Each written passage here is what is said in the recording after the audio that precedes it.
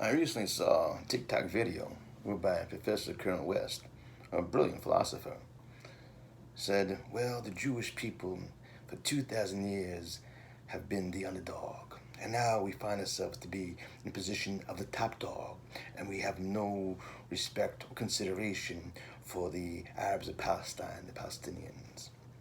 Well, Professor West, I must say to you straight away that you are quite wrong.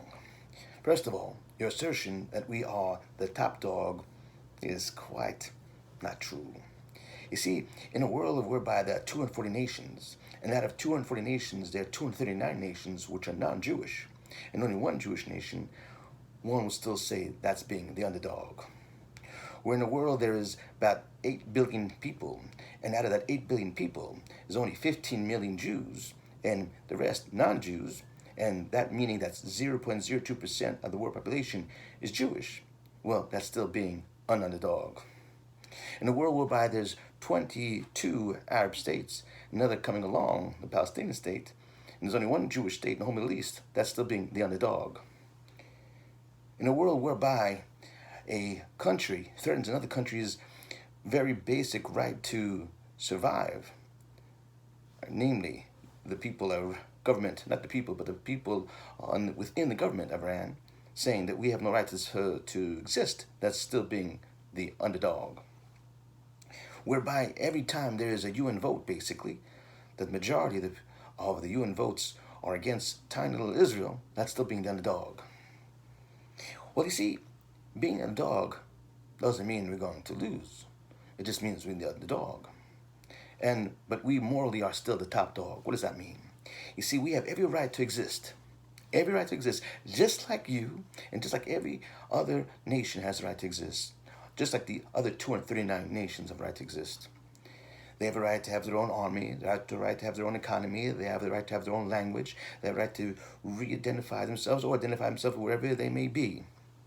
Now, you know quite well, you're a Christian, a religious Christian, that the New Testament is about Jews living in the land of Israel. And those who are Muslim and those who read the Quran also knew that King David was in Israel and King Solomon was in Israel. All these people are considered prophets by who? The Muslims. So basically, that means then both of these books acknowledge that the Jewish presence in the land of Israel has always been there. So we are indigenous to our land. Now, do we want to take away the rights of the Palestinians? Absolutely not. But guess what? We gave back the land to the Palestinians. It's not our fault that the PLO and Hamas are wreaking havoc on their own people. Now, since 1937, we've tried 9 times to make peace with the Palestinians, but it's either all or nothing with them. They don't want to take the land, divide the land, which is rightfully ours, and we want to share it. But you know something, not only that, but for 2,000 years, you know quite well the fact that we are called Jews, which is from the Latin for Judea, for those of Judeans of descent, those from the land of Judea, because you know quite well Hadrian had changed the land of Israel to name Palestine because we dared to revolt against our oppressors on nearly 2,000 years ago, and was sent to slavery to wander the world. And we dared always dream of coming back home. You know quite well, we're still the underdog. We want to make peace. We want to have freedom. And we have the same right as everybody else to have our land. And those who say that the Jews don't have the land, belong to land, well, very carefully read the books that you have in your own churches, in your own mosques and so forth, and you'll see quite well the Jews belong there. Western world is full of it, of the notion that the Jewish people belong to the land of Israel.